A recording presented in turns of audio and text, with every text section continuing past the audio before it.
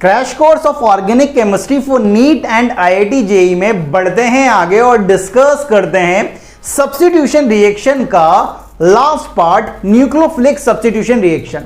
यार होता क्या है कि न्यूक्लियोफिलिक सब्स्टिट्यूशन रिएक्शन से जब डेप्थ में क्वेश्चन आता है ना तो अपन हिल जाते हैं, अपन से वो क्वेश्चन बनता नहीं है यार, क्योंकि अपन को एनएसआर की जो पीछे की कहानी है वो बिल्कुल पता नहीं है। तो आज बिहाइंड द सीन देखेंगे न्यूक्लियोफिलिक सब्स्टिट्यूशन रिएक्शन का।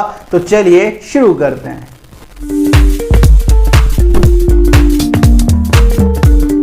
हेलो स्टूडेंट, कैसे हैं आप? This is chemistry Baba, welcome to chemistry Adda, एक ऐसा प्लेटफॉर्म जहां पर आप केमिस्ट्री को फील करते हैं। यार क्रैश कोर्स चल रहा है ऑर्गेनिक केमिस्ट्री का, दिन पर दिन आप अपनी ऑर्गेनिक केमिस्ट्री को बेहतर करते जा रहे हैं। हमें GOC2 में 4 टाइप की मेन रिएक्शन के बारे में बात करना है, addition, substitution, elimination, oxidation and reduction. तो यहां पर अभी तक अपन ने एडिशन रिएक्शन पूरी डिस्कस कर ली है। आज अपन सब्स्टिट्यूशन रिएक्शन का जो थर्ड टाइप है न्यूक्लियोफिलिक सब्स्टिट्यूशन रिएक्शन, उसकी कुछ बातें अपन यहां पर करने वाले हैं। तो न्यूक्लियोफिलिक सब्स्टिट्यूशन रिएक्शन आप जानते हो किस किस की रिएक्शन होती है? अल्काइल हैलाइड की रिएक्शन होती है, अल्कोहल की रिएक्शन होती है, एसिड डेरिवेटिव की रिएक्शन होती है, ईथर की रिएक्शन होती है, अमाइड की रिएक्शन होती है। तो जो भी आपके 12th का सिलेबस है ना भाई, वो यहां पर इनकी रिएक्शन है न्यूक्लियोफिलिक सब्स्टिट्यूशन रिएक्शन।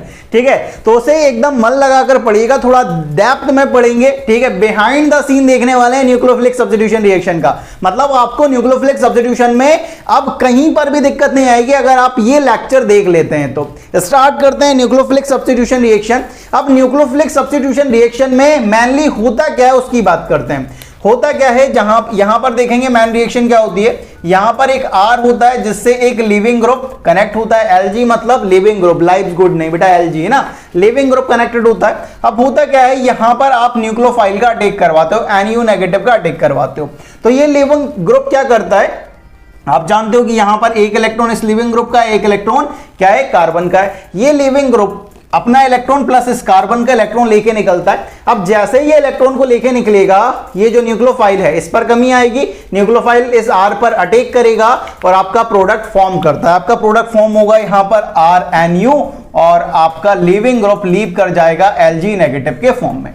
ठीक है, तो ये जो रिएक्शन हुई है उसे आप क्या बोलते हो, न्यूक्लियोफिलिक सब्स्टिट्यूशन रिएक्शन। कि यहां पर लिविंग ग्रुप की जगह पर कौन सब्स्टिट्यूट हो गया, न्यूक्लियोफाइल सब्स्टिट्यूट हो गया। तो ऐसी रिएक्शन को क्या नाम दोगे यार, न्यूक्लियोफिलिक सब्स्टिट्यूशन रिएक्शन। कि हुआ क्या है रिएक्शन में कि R से कोई लिविंग ग्रुप अटैच था, तो लिविंग ग्रुप अपना इलेक्ट्रॉन प्लस इस R का इलेक्ट्रॉन लेके निकलता है। अब R का इलेक्ट्रॉन लेके निकलेगा, इस पे कमी आएगी, इस बेचारे से देखा नहीं जाएगा कमी को, दानवीर है, डोनेट करेगा, बॉन्ड बनाएगा, लिविंग ग्रुप Lg नेगेटिव के फॉर्म में निकल गया। ये जो रिएक्शन है उसे आप क्या बोलते हो, न्यूक्लियोफिलिक सब्स्टिट्यूशन रिएक्शन। साफ साफ दिख रहा है कि लिविंग ग्रुप की जगह पर कौन सब्स्टिट्यूट हो रहा है, न्यूक्लियोफाइल सब्स्टिट्यूट हो रहा है। तो न्यूक्लियोफिलिक सब्स्टिट्यूशन रिएक्शन भाई। अब ये जो आपका NSR होता है यार, वो बेसिकली 3 टाइप का होता है। ये आपका जो NSR होता है वो बेसिकली 3 टाइप का होता है, SN1, SN2 और आपका ARSN, एरोमेटिक NSR। ठीक है, तो 3 टाइप का होता है, SN1, SN2 और ARSN। अब यहां पर यह ध्यान रखेंगे कि NSR के साथ साथ अगर यहां पर आपको कभी हीट गिवन हो जाए तो यहां पर एलिमिनेशन भी हो सकता है। यहां पर एलिमिनेशन भी हो सकता है। एलिमिनेशन मतलब यहां पर आपकी E1 और E2 भी हो सकती है यार, ये ध्यान रखें, E1 E2 भी रिएक्शन पॉसिबल है अगर यहां पर हीट गिवन है। तो कब होगी कब नहीं होगी, आपको जैसे जैसे रिएक्शन में आगे बढ़ते जाओगे आपको हर एक पॉइंट क्लियर होता जाएगा यार। ठीक है, तो बस पेशेंस होकर वीडियो को देखते रहें और केमिस्ट्री को सीखते रहें भाई। ठीक है, अब यहां पर अगर मैं बात करूं कि यार मुझे रिएक्टिविटी निकालनी है towards NSR, reactivity towards NSR, reactivity towards NSR किस किस पर डिपेंड करेगी, थोड़ा सा सोच सकते हो। डिपेंड्स अपॉन, किन किन पर डिपेंड्स करेगी। अब यहां पर थोड़ा सा दिमाग लगाने की बारी आई है। ठीक है, अपना दिमाग लेकर बैठे भाई। ठीक है, तो दिमाग में क्या क्या चल रहा है देखो। इस रिएक्शन को मुझे थोड़ी रफ्तार से कराना है।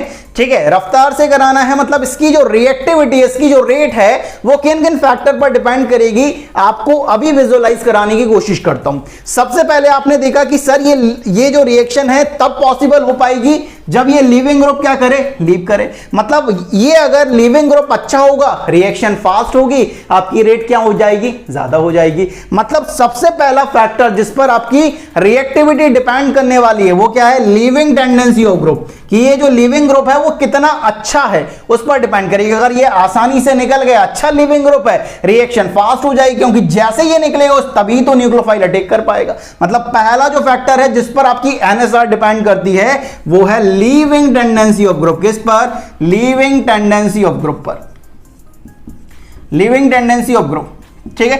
एलजी पर डिपेंड करती है कि एलजी कैसा है भाई, लिविंग ग्रुप कैसा है, उस पर डिपेंड करती है।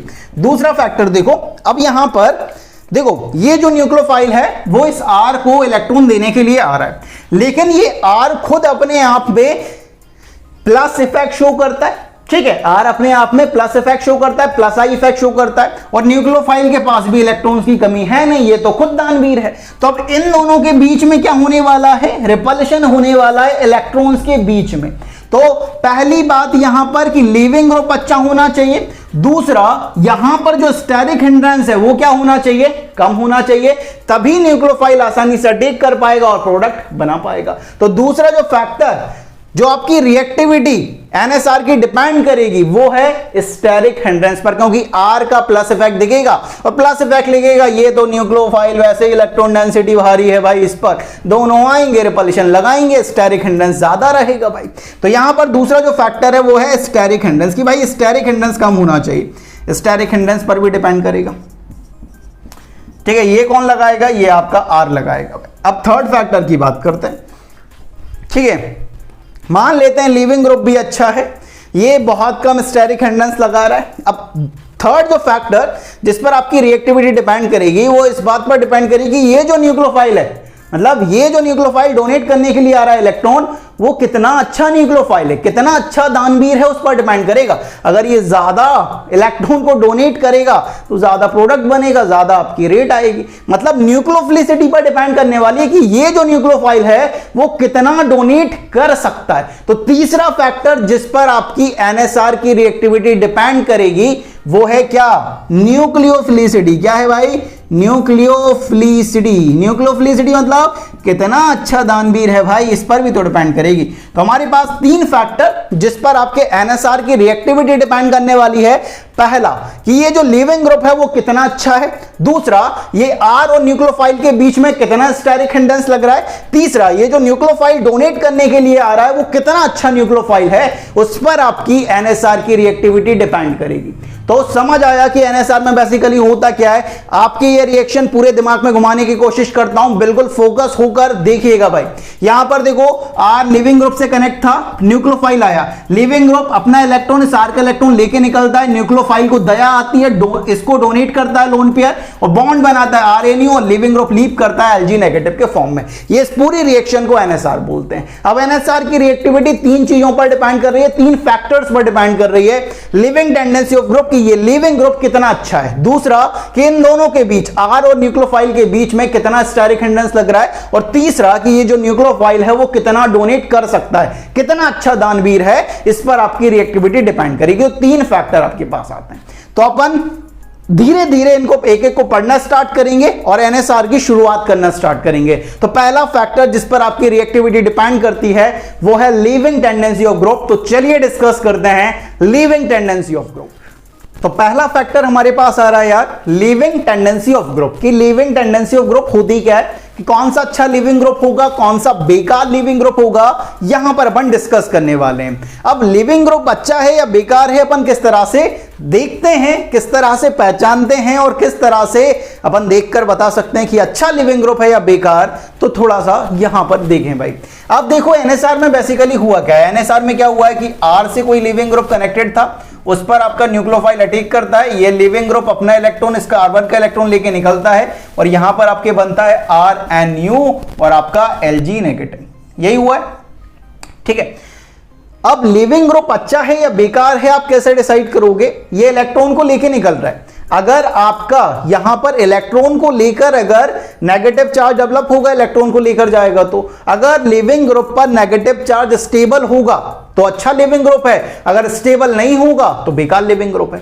ठीक है। वैसे चार्ज वाला तो वैसे ही बेकार होता है, लेकिन अगर उन बेकार में से भी कंपेयर करें कि कौन सा ज्यादा बेकार है, तो अपन ऐसा कह सकते हैं कि जिस पर ये नेगेटिव चार्ज स्टेबल नहीं होगा वो क्या होगा, पुअर लिविंग ग्रुप होगा, और जिस पर ये नेगेटिव चार्ज स्टेबल होगा वो क्या होगा, गुड लिविंग ग्रुप होगा, अच्छा लिविंग ग्रुप होगा। तो अपन ऐसा बोल सकते हैं यहां से कि जो लिविंग टेंडेंसी है, जो हमारी लिविंग टेंडेंसी है ग्रुप की, लिविंग टेंडेंसी ऑफ ग्रुप, अपन ऐसा बोल सकते हैं leaving tendency of group is directly proportional to stability of minus.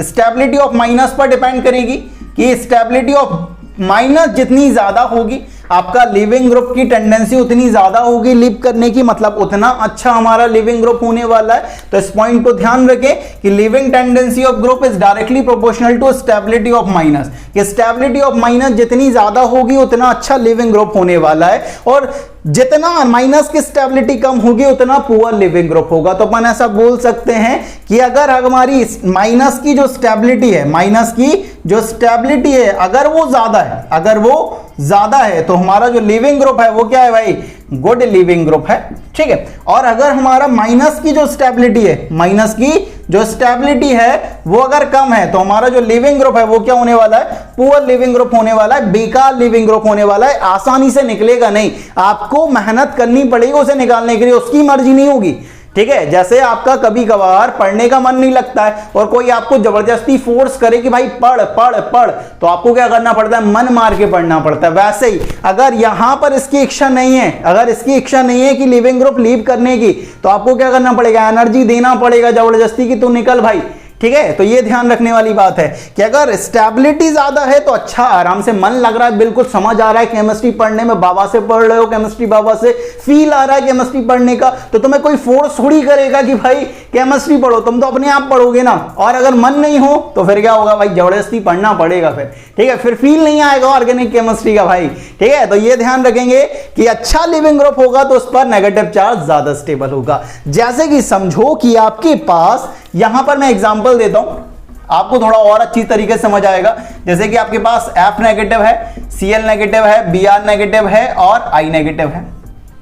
Leaving group की जगह F रख के देखो, F लीव करेगा F नेगेटिव, Cl रख के देखो Cl नेगेटिव के फॉर्म में लीव कर जाएगा, Br नेगेटिव और I नेगेटिव के फॉर्म में।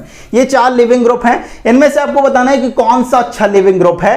तो आप देखोगे कि fluorine, chlorine, bromine, iodine, sir ये तो एक ग्रुप में आते हैं, ग्रुप में कंट्रोलिंग फैक्टर साइज होता है, En नहीं होता, क्योंकि जितना साइज रिलेटिवली बढ़ता है उतना En नहीं बढ़ता। तो मैं ऐसा बोल सकता हूं कि फ्लोरीन, क्लोरीन, ब्रोमीन, आयोडीन, यहां से यहां मूव करूंगा तो मेरा साइज क्या हो रहा है, बढ़ रहा है। और आप एक बात जानते हो कि जो नेगेटिव चार्ज होता है वो ज्यादा साइज वाले पर क्या होता है, स्टेबल होता है कि नहीं होता भाई, होता है ना। तो अपन ऐसा बोल सकते हैं कि अगर साइज ज्यादा है तो स्टेबिलिटी ऑफ माइनस क्या होगी, बढ़ेगी ना।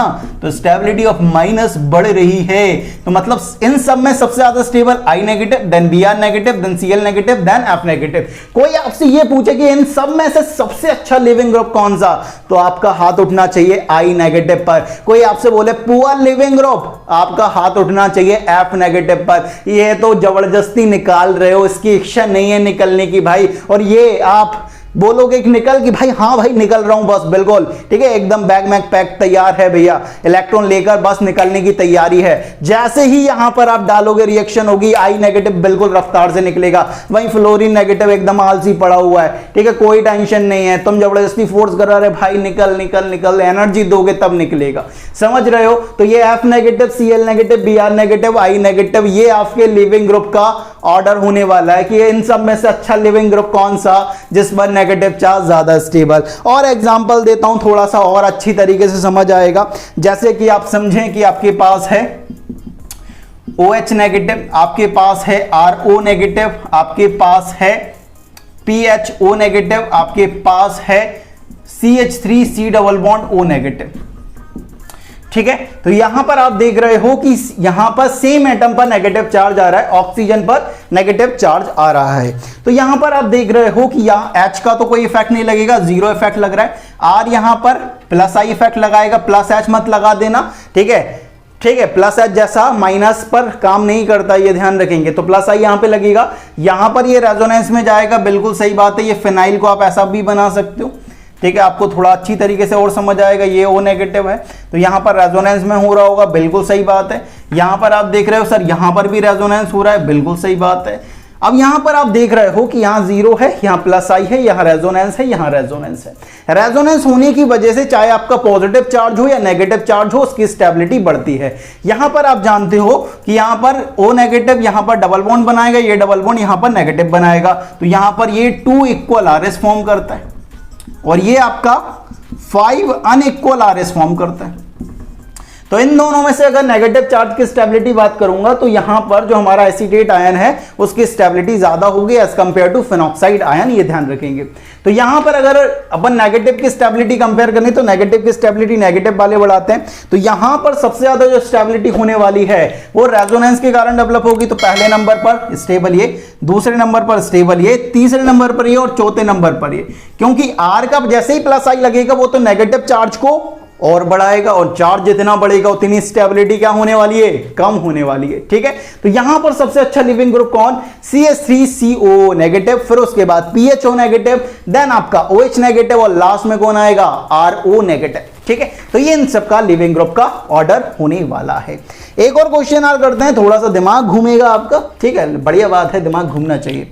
ठीक है, आपके पास समझते हैं, आपके पास है CF3SO3 नेगेटिव, फिर आता है आपके पास CH3SO3 नेगेटिव, फिर आता है आपके पास OCH3SO3 नेगेटिव। ठीक है, इस तरह से कनेक्टेड है। तो यहां पर आप देखोगे तो यहां पर ऑक्सीजन पर नेगेटिव चार्ज आ रहा है बेसिकली, और यहां पर सेम एटम पे चार्ज आ रहा है, मतलब इफेक्ट की बात अपन कर सकते हैं। तो ये जो CF3 है वो इलेक्ट्रॉन को खींचेगा, इसका माइनस आई इफेक्ट लगेगा बहुत ज्यादा। ये CH3 इलेक्ट्रॉन को डोनेट करेगा, प्लस आई इफेक्ट। OCH3 भाई सब लोन पेयर हैं, मतलब प्लस एम इफेक्ट लगेगा, ये तो बहुत ज्यादा डोनेट करेगा यार। ठीक है, तो ये ध्यान रखें, नेगेटिव की स्टेबिलिटी नेगेटिव वाले बढ़ाते हैं तो सबसे ज्यादा ये, फिर आपका ये, फिर ये। ठीक है, ये तो चार्ज को और ज्यादा बढ़ा देगा, बहुत ज्यादा, और जितना चार्ज बढ़ेगा उतनी स्टेबिलिटी क्या होने वाली है, कम होने वाली है। तो इन सब में से सबसे ज्यादा stable CF3SO3 negative, then CH3SO3 negative, then OCH3SO3 negative. इस तरह का ऑर्डर रहने वाला है भाई लिविंग ग्रुप का। तो समझ आया भाई living tendency of group, simple सी बात कि ये लिविंग ग्रुप इलेक्ट्रॉन को लेकर निकल रहा है। अगर इलेक्ट्रॉन को लेकर निकलने के बाद नेगेटिव चार्ज आएगा, अगर नेगेटिव की स्टेबिलिटी ज्यादा तो अच्छा लिविंग ग्रुप, और स्टेबिलिटी अगर कम तो पुअर लिविंग ग्रुप, बेकार लिविंग ग्रुप। ठीक है, तो इस तरह से आप लिविंग टेंडेंसी ऑफ ग्रुप को समझ सकते हैं। अब जो दूसरा फैक्टर आता है वो आता है स्टेरिक हिंड्रेंस। आप जानते हो कि जितने भी आपके प्लस इफेक्ट शो करते हैं वो इलेक्ट्रॉन डेंसिटी को बढ़ाएंगे, और इलेक्ट्रॉन डेंसिटी बढ़ेगी तो न्यूक्लियोफाइल और जो आपका आर है उनके बीच में क्या होगा, स्टेरिक रिपल्शन होगा, और स्टेरिक रिपल्शन होगा तो आपका NSR की रिएक्टिविटी क्या हो जाएगी, कम हो जाएगी। न्यूक्लियोफिलिसिटी अपन बहुत पढ़ चुके हैं इसलिए उसको मैं पढ़ा नहीं रहा हूं। अब जो थर्ड फैक्टर आ रहा है हमारे पास वो है न्यूक्लियोफिलिसिटी, उसको देखेंगे। सॉरी, स्टेरिक हिंड्रेंस अपन पढ़ चुके हैं बहुत ज्यादा। ठीक है, तो न्यूक्लियोफिलिसिटी अपन डिस्कस करते हैं, क्योंकि स्टेरिक हिंड्रेंस आप जानते हो कि जितने भी प्लस इफेक्ट वाले होते हैं वो स्टेरिक हिंड्रेंस को बढ़ाते हैं और माइनस वाले स्टेरिक हिंड्रेंस को कम करेंगे इलेक्ट्रॉन को खींचकर भाई। ठीक है, तो थर्ड फैक्टर अपन डिस्कस कर रहे हैं न्यूक्लियोफिलिसिटी। थर्ड फैक्टर जो हमारे पास आता है जिस पर हमारी रिएक्टिविटी ऑफ NSR डिपेंड करती है वो है न्यूक्लियोफिलिसिटी। अब ये न्यूक्लियोफिलिसिटी है क्या, एक बात अपन जानते हैं कि अगर हमारा न्यूक्लियोफाइल अच्छा होगा, ठीक है, तो हमारी जो रेट आने वाली है NSR की वो क्या आने वाली है, ज्यादा आने वाली है। अगर अच्छा डोनेट करने वाला, अच्छा दानवीर है तो हमारी जो रेट आने वाली है वो ज्यादा आने वाली है। अगर हमारा न्यूक्लियोफाइल वीक है, मतलब कम डोनेट करता है भाई इलेक्ट्रॉन को, तो हमारी रेट क्या आ जाएगी, NSR की कम हो जाएगी भाई। अब कौन सा अच्छा न्यूक्लियोफाइल है, कौन सा बेकार न्यूक्लियोफाइल है, कितना डोनेट करेगा, कम करेगा, ज्यादा करेगा, उन सब की बात अपन करने वाले हैं यार।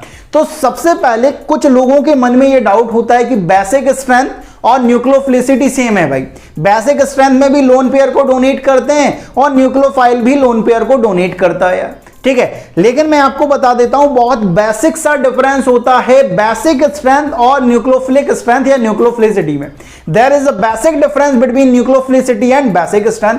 सबसे पहला पॉइंट तो जो आपका बेसिक स्ट्रेंथ रहता है वो आपका थर्मोडायनेमिक कॉन्सेप्ट है, और जो आपका न्यूक्लियोफिलिसिटी है वो आपका काइनेटिक कॉन्सेप्ट है, ये ध्यान रखेंगे यार। ठीक है, तो आप जानते हो कि अगर न्यूक्लियोफिलिसिटी ज्यादा है तो आपकी रेट यहां पर डिपेंड कर सकती है, तो ये आपका काइनेटिकली कॉन्सेप्ट है, काइनेटिक कॉन्सेप्ट है। अब यहां पर आपको जो मैं मेन डिफरेंस बताने जा रहा हूं वो है बेसिक डिफरेंस और न्यूक्लियोफिलिसिटी में। क्या कि बेसिक स्ट्रेंथ में जो आपका नेगेटिव चार्ज होता है, जो बेस जैसे आप मान रहे हो, वो किसको लोन पेयर ऑफ डोनेट करता है? H पॉजिटिव को। ठीक है, बेसिक स्ट्रेंथ में जो आपका नेगेटिव चार्ज है, जो आपका बेस है, वो अपना lone pair of electron H positive को ही डोनेट करेगा और किसी एटम को डोनेट नहीं करेगा। जैसे कि समझें बेसिक स्ट्रेंथ बेसिकली क्या है, जैसे कि समझें आपके पास कोई बेस है B नेगेटिव, बीटा नेगेटिव, यहां पे आपके पास कोई एसिड है HA। ठीक है, तो होगा क्या कि यहां पर आप जानते हो कि HA, यहां पर ये जो बीटा नेगेटिव वो सिर्फ H पॉजिटिव को अपना lone pair of electron donate करेगा, और डोनेट करेगा तो आपका प्रोडक्ट क्या बनेगा? बीटा H और आपका A नेगेटिव। तो यहां पर उसने सिर्फ एसिड को अपने lone pair of electron donate करें भाई। ठीक है, तो बेसिक स्ट्रेंथ में जो आपका नेगेटिव चार्ज होता है, जो आपका बेस जैसे आप मानते हो, वो H पॉजिटिव को अप्रोच करता है और किसी एटम को अप्रोच नहीं करता है। वहीं अगर मैं न्यूक्लियोफिलिक स्ट्रेंथ की बात करूं तो न्यूक्लियोफिलिक स्ट्रेंथ में जो आपका नेगेटिव चार्ज है, जो आपका न्यूक्लियोफाइल है, वो इलेक्ट्रोफिलिक सेंटर को अप्रोच करता है। ठीक है, H पॉजिटिव को भी अप्रोच कर सकता है, ये ध्यान रखने वाली बात है।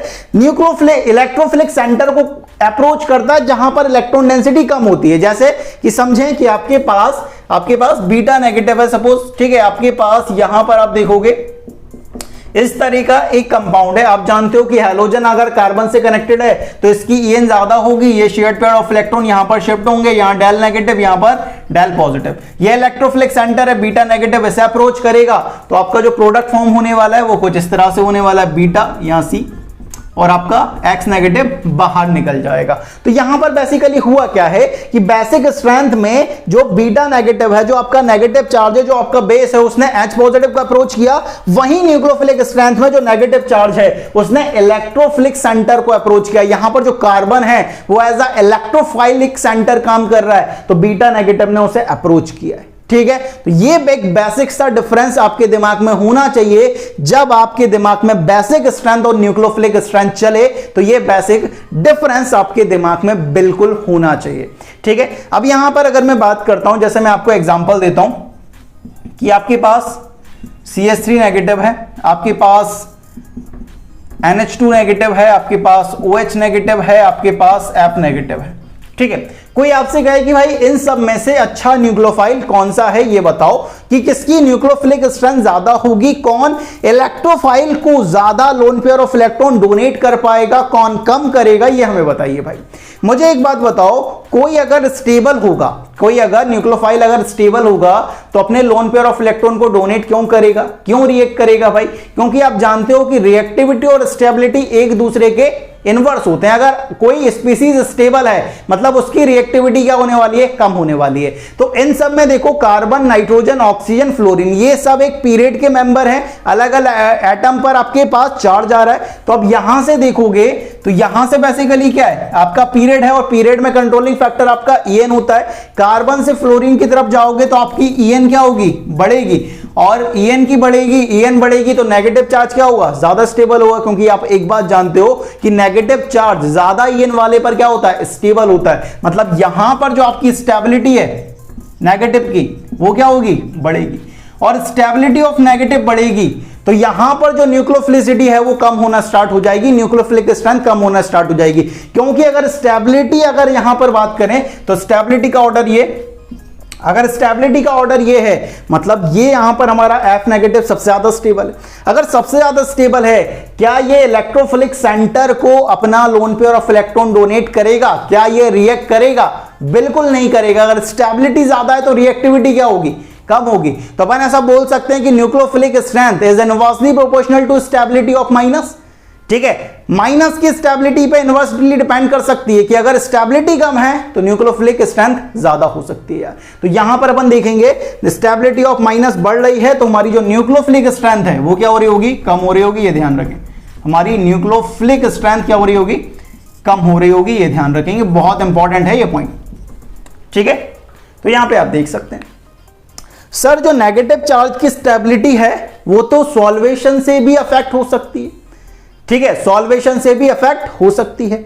आप जानते हो कि सॉल्वेशन जो रहता है, मैं आपको एक चीज बताता हूं, ठीक है, कॉन्सेप्ट बताता हूं जो आपका थोड़ा सा दिमाग खोलेगा। तो अपन ऐसा यहां से तो ये लिख सकते हैं जो आपकी न्यूक्लियोफिलिक स्ट्रेंथ है, जो आपकी न्यूक्लियोफिलिक स्ट्रेंथ होती है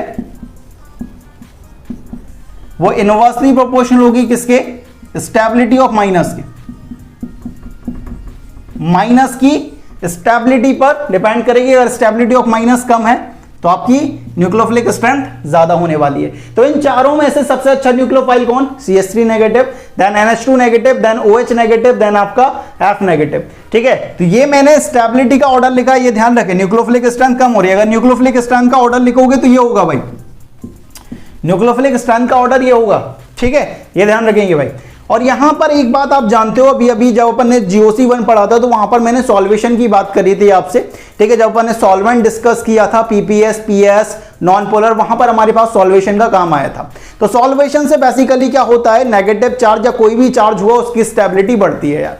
तो यहां पर आप देखेंगे कि दूसरा कॉन्सेप्ट आ रहा है कि यहां पर अगर आपका सॉल्वेशन ज्यादा होगा, ठीक है, सॉल्वेशन अगर आपका ज्यादा होगा तो आपकी जो स्टेबिलिटी होगी, आपकी जो स्टेबिलिटी होगी वो क्या होगी, ज्यादा होगी। कोई भी चार्ज की स्टेबिलिटी ऑफ नेगेटिव अगर मान के चलो, नेगेटिव या पॉजिटिव आप कुछ भी मान के चलो, वो क्या होगी, बढ़ेगी भाई। ठीक है, और आप एक बात जानते हो कि जो आपका पीरियड रहता है उसमें कंट्रोलिंग फैक्टर क्या होता है, EN होता है, और ग्रुप में कंट्रोलिंग फैक्टर क्या होता है, साइज होता है। और यहां पर आप देख रहे हो कि आपका जो सॉल्वेशन इफेक्ट है वो अलोंग द ग्रुप काम कर सकता है, अलोंग द पीरियड काम नहीं कर सकता है, क्योंकि सॉल्वेशन और EN का कोई रिलेशन नहीं है, लेकिन सॉल्वेशन और साइज का रिलेशन है। आप एक बात जानते हो कि आपका सॉल्वेशन होता है वो इनवर्सली प्रोपोर्शनल होता है साइज के। ठीक है, और आप जानते हो कि यहां पर अगर आप इस तरह से मूव करते हो, ये आपका पीरियोडिक टेबल है, ये अलोंग द पीरियड, ये अलोंग द ग्रुप, तो यहां से ऊपर से नीचे जाओगे तो यहां पर साइज क्या होगी, बढ़ेगी। साइज बढ़ेगी तो सॉल्वेशन क्या होगा, कम होगा, और सॉल्वेशन कम होगा मतलब स्टेबिलिटी ऑफ माइनस क्या होगी, कम होगी। स्टेबिलिटी ऑफ माइनस कम होगी, और स्टेबिलिटी ऑफ माइनस कम होगी तो न्यूक्लियोफिलिक स्ट्रेंथ, बताओ भाई, न्यूक्लियोफिलिक स्ट्रेंथ बढ़ेगी कि नहीं बढ़ेगी, बढ़ेगी ना भाई, न्यूक्लियोफिलिक स्ट्रेंथ बढ़ेगी भाई। ठीक है, तो आप ऐसा देख सकते हो कि अलोंग द ग्रुप आपका सॉल्वेशन इफेक्ट काम कर सकता है, लेकिन अलोंग द पीरियड कोई काम नहीं करेगा यार। ठीक है, तो आप ऐसा लिख सकते हो कि nucleophilic strength is directly proportional to stability of, inversely proportional to stability of minus. ठीक है, ये ध्यान रखिए। तो सॉल्वेशन का जो इफेक्ट है वो अलोंग द ग्रुप आप देख सकते हो, यहां पर ये जो सॉल्वेशन का इफेक्ट है वो आपका अलोंग द ग्रुप दिखेगा, अलोंग द ग्रुप दिखेगा, अलोंग द पीरियड नहीं दिखेगा यार, अलोंग द पीरियड नहीं देखेगा यहां पर, क्योंकि अलोंग द पीरियड तो कंट्रोलिंग फैक्टर EN होता है, ना कि साइज। समझ पा रहे हो इन चीजों को। ये आपके पास न्यूक्लियोफिलिसिटी का कॉन्सेप्ट, कि कौन सा अच्छा न्यूक्लियोफाइल कौन सा बेकार न्यूक्लियोफाइल बड़ी आसानी से देख सकते हैं, कि जो ज्यादा स्टेबल वो कम डोनेट करेगा, जो कम स्टेबल वो ज्यादा डोनेट करेगा। भाई स्टेबिलिटी कम है तभी तो रिएक्ट कर रहा है, क्योंकि स्टेबिलिटी और रिएक्टिविटी एक दूसरे के इनवर्स। अगर स्टेबिलिटी ज्यादा तो रिएक्टिविटी कम, और रिएक्टिविटी ज्यादा है तो स्टेबिलिटी कम। बिल्कुल दिमाग में छप गया न्यूक्लियोफिलिसिटी। तो ये कॉन्सेप्ट हुआ न्यूक्लियोफिलिसिटी का। अब अपन थोड़े से बेसिक क्वेश्चन करते हैं, जो अपन ने अभी तक 3 फैक्टर पढ़े हैं ना, उन पर बेस्ड AIPMT JEE उनमें जो आए हुए हैं उन क्वेश्चन की थोड़ी सी प्रैक्टिस करते हैं, और आपका थोड़ा सा दिमाग जो है उसे खोलने की कोशिश करते हैं। नेक्स्ट यार अपन कुछ क्वेश्चन करते हैं जो आपके दिमाग को थोड़ा सा खोलेगा, जो रिएक्टिविटी टुवर्ड NSR जो फैक्टर्स अपन ने पढ़े हैं उनके बेसिस पर आपके क्वेश्चन क्या क्या फ्रेम हो सकते हैं, जो आपके IIT AIPMT एम्स में आए हुए हैं, उन सब की अपन बात करने वाले हैं यार। तो यहां पर देखें पहला क्वेश्चन, यहां पर एक रिएक्शन गिवन है CH3Br plus Nu negative gives CH3Nu plus Br negative. In the given reaction, what is the rate of reaction when nucleophile are OH negative, RO negative, PHO negative और CH3CO negative? ये question आपके IIT 2006 का question है, ये ध्यान रखें। IIT 2006 में ये आया हुआ है, 2006 का ये क्वेश्चन है। ठीक है, फिर इसके बाद AIPMT में भी आया गया है ये क्वेश्चन। ठीक है, तो कई बार आ जाता है। ठीक है, तो इस क्वेश्चन को बड़ा फेमस माना जाता है। तो अब यहां पर देखें कि आपको एक रिएक्शन है CH3Br plus Nu नेगेटिव, तो हुआ क्या है, यहां से Br नेगेटिव निकला है as a leaving group, nucleophile ने अटैक किया और आपका प्रोडक्ट बन गया। आपसे बोल रहा है कि इस रिएक्शन की रेट क्या होगी जब न्यूक्लियोफाइल क्या क्या हो, OH negative, RO negative, PHO negative और CH3CO नेगेटिव। अब यहां पर देखेंगे कि जो हमारी रिएक्टिविटी होती है, जो रेट होती है NSR की, वो 3 फैक्टर पर डिपेंड करती है। किस किस पर, आपके लिविंग टेंडेंसी ऑफ ग्रुप पर, स्टेरिक हिंड्रेंस पर और न्यूक्लियोफिलिसिटी पर। यहां पर आप देखें लिविंग ग्रुप आपका फिक्स है, कौन? Br आपका लिविंग ग्रुप फिक्स है। आपका स्टेरिक हिंड्रेंस फिक्स है, कौन लगाएगा? CH3 लगाने वाला है। लेकिन जो न्यूक्लियोफाइल है वो अलग अलग है, मतलब हमारी जो रेट है वो सिर्फ न्यूक्लियोफिलिसिटी पर डिपेंड कर रही है, न्यूक्लियोफिलिक स्ट्रेंथ पर डिपेंड कर रही है कि अगर हमारी न्यूक्लियोफिलिक स्ट्रेंथ ज्यादा हो गई हमारी रेट ज्यादा जाएगी और न्यूक्लियोफिलिक स्ट्रेंथ कम हो गई हमारी रेट कम हो जाएगी। अब इन सब में से अगर बात करें तो अच्छा न्यूक्लियोफाइल कौन सा है? अच्छा न्यूक्लियोफाइल वो होगा जिस पर नेगेटिव चार्ज कम स्टेबल है। तो यहां पर आप देखोगे यहां पर रेजोनेंस होगा और रेजोनेंस होगा तो यहां पर 2 इक्वल आरएस बनेंगे, ठीक है, और यहां पर रेजोनेंस होगा तो 5 अनइक्वल आरएस बनेंगे, ठीक है। यहां पर प्लस आई लगेगा और यहां पर 0 लगेगा। इन सब में से अगर मैं बात करूं तो यहां पर सबसे ज्यादा जो रेट आने वाली है वो आने वाली है RO नेगेटिव के प्रेजेंस में, क्योंकि ये सबसे अच्छा न्यूक्लियोफाइल है, इस पर नेगेटिव चार्ज सबसे कम स्टेबल है। क्योंकि आप जानते हो कि nucleophilicity is inversely proportional to stability of minus, और यहां पर स्टेबिलिटी ऑफ माइनस सबसे कम है, मतलब यहां पर जो रेट आने वाली है, रेट की अगर बात करूं तो सबसे ज्यादा बी RO नेगेटिव होगा तब, देन आपका A होगा तब OH नेगेटिव, देन आपका PHO नेगेटिव होगा तब, या C मान सकते हो आप इसे, ठीक है, C, देन आपका D। ये आपका रेट रहने वाला है इस रिएक्शन का, ठीक है, क्योंकि आप जानते हो कि जितना अच्छा न्यूक्लियोफाइल उतना ज्यादा रेट आने वाला है। और इन सब में से अच्छा न्यूक्लियोफाइल कौन सा? RO नेगेटिव, अभी अभी डिस्कस करके आए हैं भाई, ठीक है। तो ये वही क्वेश्चन है, IIT 2016 का क्वेश्चन है यार ये, ठीक है। तो ये से क्वेश्चन बड़े फेमस हैं, कभी भी आ सकते हैं, ठीक है। नेक्स्ट क्वेश्चन को देखें। नेक्स्ट क्वेश्चन आपके AIPMT का क्वेश्चन है, एम्स में आया हुआ है भाई। ये आपका जो क्वेश्चन है ये AIPMT का क्वेश्चन है और एक बार एम्स में भी आया था, पहले एम्स में आया था फिर उसका कॉपी करके IPMT में दे दिया था, ठीक है। तो अच्छे एग्जाम होते हैं बेटा, उनके क्वेश्चन कॉपी करे जाते हैं। जैसे आप कई बार जब नीट वाले बच्चे हैं इस बात को सुन रहे हो तो बेटा जेई के जो क्वेश्चन है ना ऑर्गेनिक के, उन्हें जरूर प्रैक्टिस करके जाना। अगर आप जेई के क्वेश्चन कर लेते हैं तो नीट के क्वेश्चन बड़ी आसानी से हो जाएंगे आपके साथ, ठीक है। तो जेई के मैक्स मिनिमम फिजिक्स के वाले ही मत करके जाओ, केमिस्ट्री के क्वेश्चन तो करके जाओ यार, ठीक है। केमिस्ट्री के करके जाओगे थोड़ा सा बूस्ट मिलेगा आपको, ये ध्यान रखें। यहां पर देखें आपके पास एक रिएक्शन है RC डबल बॉन्ड OZ, इस पर OH नेगेटिव का अटैक करा रहे हो, Z निकल रहा है, OH आ रहा है, ठीक है। आपसे बोल रहा है कि Z क्या होगा फास्टेस्ट रिएक्शन के लिए? आपके पास है Cl, आपके पास है OC double bond OCH3, then F और देन NH2। तो भाई क्या होना चाहिए कि ये फास्ट हो जाए? अब इस रिएक्शन को थोड़ा गौर से देखो।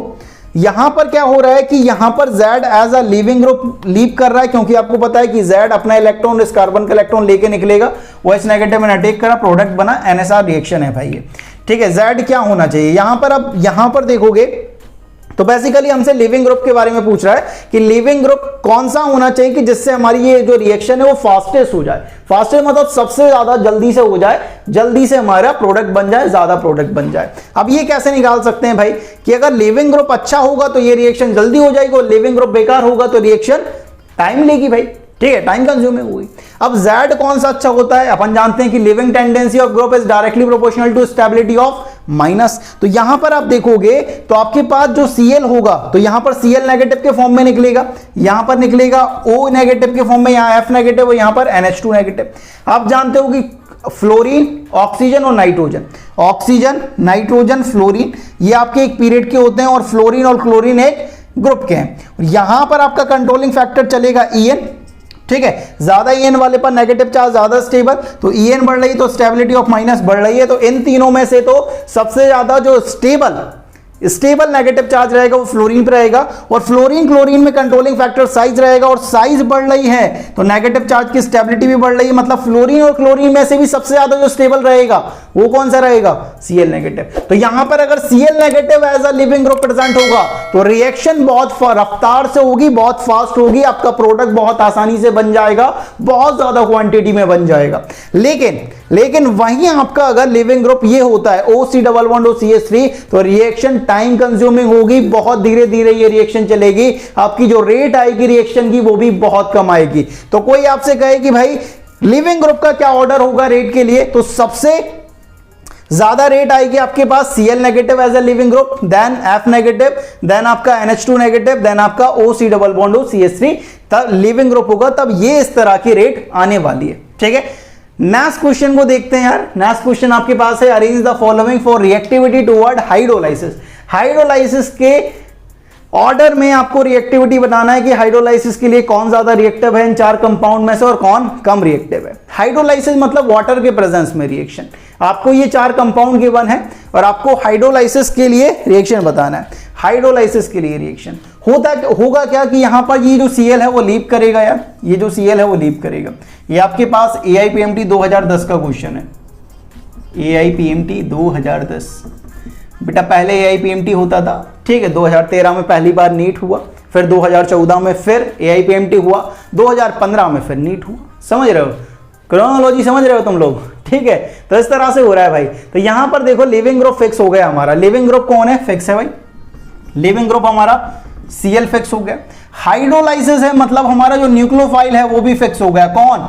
वाटर ही अटैक करेगा यार, ठीक है। लिविंग ग्रुप फिक्स है, न्यूक्लियोफाइल भी फिक्स हो गया। अब किस पर डिपेंड कर रहा है? स्टेरिक हिंड्रेंस पर। स्टेरिक हिंड्रेंस ज्यादा, रेट कम, स्टेरिक हिंड्रेंस कम, रेट ज्यादा, सिंपल सी बात।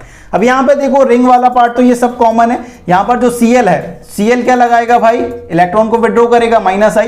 CH3 क्या करेगा? इलेक्ट्रॉन को डोनेट करेगा +I या +H मान सकते हो, ठीक है। और यहां पर आप OCH3 डोनेट करेगा +M, NO2 विड्रॉ करेगा इलेक्ट्रॉन को -M, ठीक है। और आप जानते हो कि भाई स्टेरिक हिंड्रेंस को कौन बढ़ाते हैं? प्लस वाले, और कम कौन करते हैं? माइनस वाले, ठीक है। तो यहां पर जो रेट रहने वाली है वो सबसे ज्यादा 4th की, देन आपके 1st की, देन आपके 2nd की और देन आपके 3rd की, ये रेट रहने वाली है भाई, ठीक है। तो ये आपके पास ऑर्डर होने वाला है क्योंकि यहां पर -M लग रहा है, ये इलेक्ट्रॉन को बहुत रफ्तार से खींचेगा न्यूक्लियोफाइल, और ये वाले कंपाउंड के बीच में स्टेरिक हिंड्रेंस कम लगेगा, स्टेरिक हिंड्रेंस कम लगेगा, रेट ज्यादा आएगी।